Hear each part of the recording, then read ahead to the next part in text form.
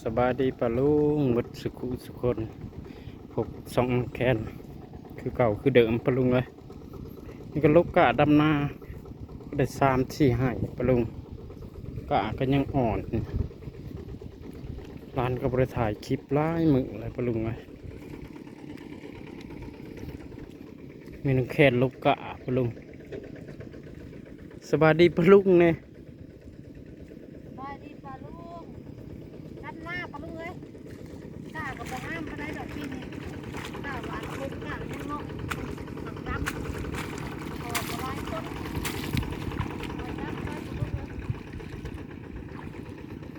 กะก็บ่หลายปะลุงเลยจักสิพ่อหรือบ่อและกะห่างได้ปลาลุงเลยบุกกล้าลุงบอยๆเด็กๆก็อยู่ห่มไผ่ผู้ปะลุงเลย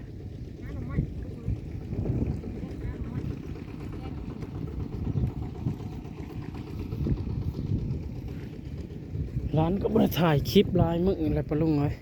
ร้านก็ขอโทษขออภัยหลายๆเด้อปะลุงกะก็ห้องก็ยาวพอหน้าก็สูงแหน่ปะลุงเลยห้องก็ดำมันก็เจ้าจ๋า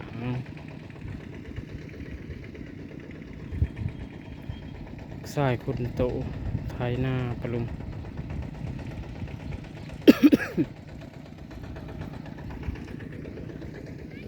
มีน้องแค่นยังกะจักหมัดฮะ2 4 6 8 10 กว่าหมัดนั่นแหละปะลุงอะดำเบิดกะแล้วก็สิลกกะไว้ดำตอนแรกปะลุงห้ามกระบกไปนำละ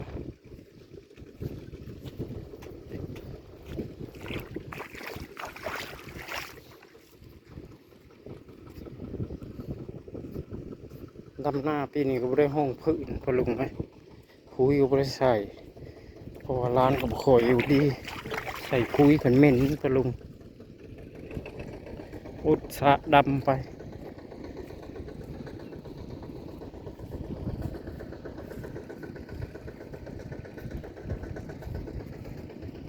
แห้งหมดเลยปะลุงไหม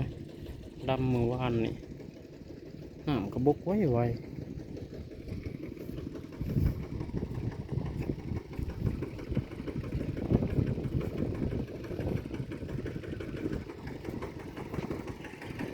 ให้นี่คือสิมแรงและจากสิแลเอาไปลงพวกกะเบิดละ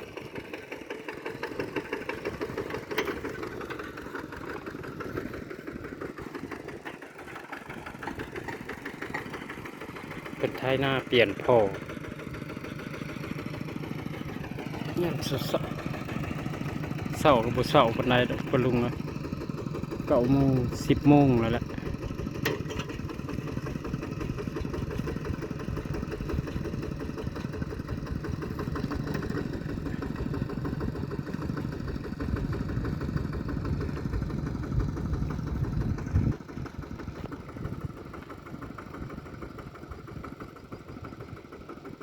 คนกับบหลายปะลุงไอ้ปีนี่ดำนากะน้องแน่นก็ไปซอยไม่เถาะปะลุงร้านก็เจ็บแต่ในหลังเจ็บไต่ไปเรื่อยๆปะลุงเลยเคยเพาะเคยเห็นจากเถื่อบ่เศร้าจากเถื่อร้านก็ลำคาญอะไรปะลุงเลยเจ็บแหมๆใหม่ๆนี่คือเอาไผ่ล้นร้านก็สิได้ไปหาหมออีกแล้วแหละปะลุงถ้าผู้เศร้าก็ได้เป็นจังใดอย่าไทยปาดขนาลงหลายตี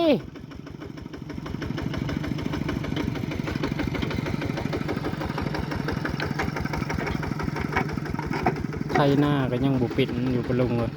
เพราะว่าเพิ่นว่าหันเพิ่นบวชก็ได้คอยไทยหน้าอันนี้ก็ดำหน้าข้าเจ้าแล้วปะลุงเลยเห็ด3 ล้านเศร้าแล้วก็สิยา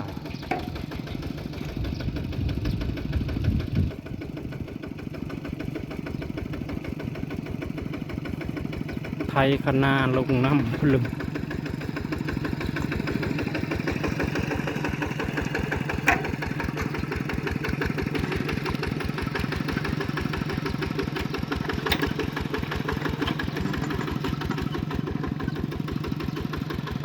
คนบ่เคยเฮ็ดนาบ่เคยไถนาแต่น้อยจนใหญ่ปะลุงผมก็ไถนาสิคุ้มเนี่ยปีนี้เก่ามีแต่เพาะพอคนบุคนบ่ได้เฮ็ด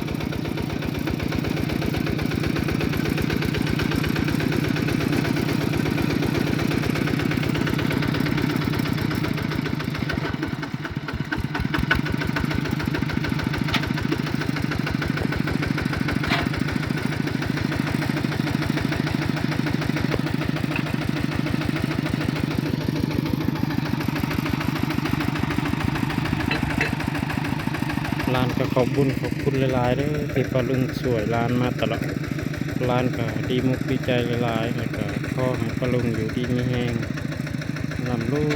วยเงินทองเด้อปะลุงซื้อรถไถให้ร้านก็ได้เห็นหน้าสู่ลูกกินปะลุงนะร้านก็ยังไม่ได้ลืมบุญคุณนะทางพัทยาปะลุง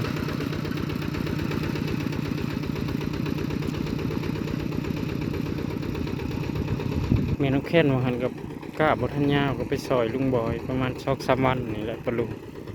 จึงได้ลุกมาดำนาตัวเอง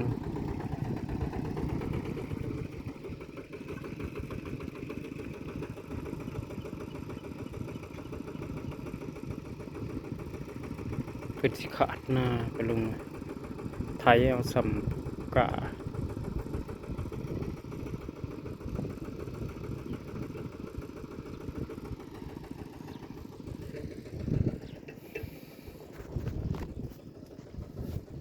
กะก็3 ตาเงาวๆแล้วปะลุงสำเร็วเห็นตัวนึงก็แม่นอยู่ครับมันห่างปะลุงเลยมันห่างก็เลยบ่ได้ใส่ปุ๋ยเอาสิลองเห็ดข้าวหน้าหวานลองเบิ่งทดสอบเบิ่งปะลุงเพราะว่าปีหน้าอันสิเห็ดหน้าหวานนำบ่ไหวเลยดำในปะลุงเลยเสียงสลายนะคนเห็ดหน้าหวานหลายแล้วที่ฟังเบิ่งนั่นก็เขาเจ้าเบิกแล้วก็เขาหวานเนาะปะลุงก็งาม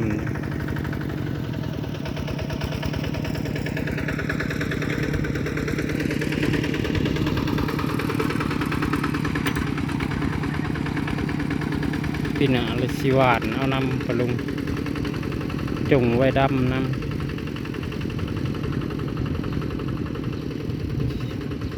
กันอยู่ดีมีแห้งลาหน่อยจะเห็ดเพิ่มอีกจะถงปะลุงถ้าไปดำอย่างเดียวนี่ก็คือมันสะอาดเลยปะลุงห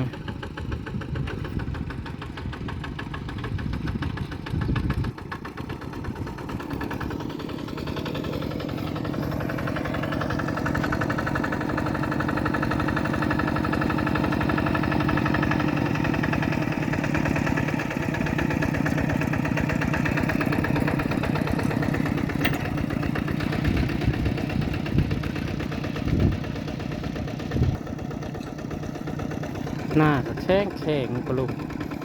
ขาดสังเกตลำเดียวนี่แจกเลยปะลุงเลย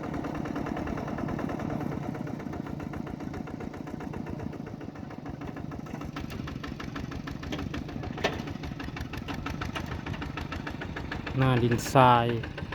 เป็นหน้าดินดาบ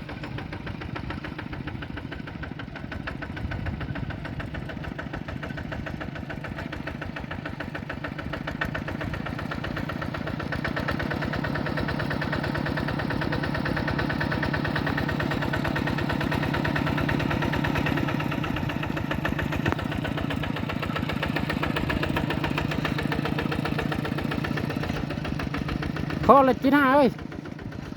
หมอยเป็นขาดลายปะลุงเลยแจกเบิ่เลยแข้งนี่ดำคือบ่ไปบ่มาเลยปะลุงเลย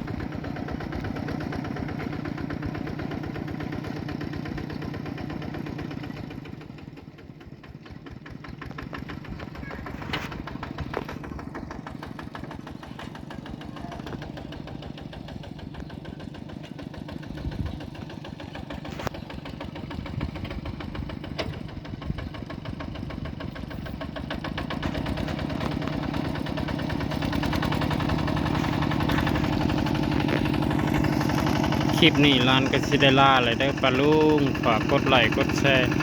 ช่องน้องแค้นด้วยเด้อปะลุงสบายดี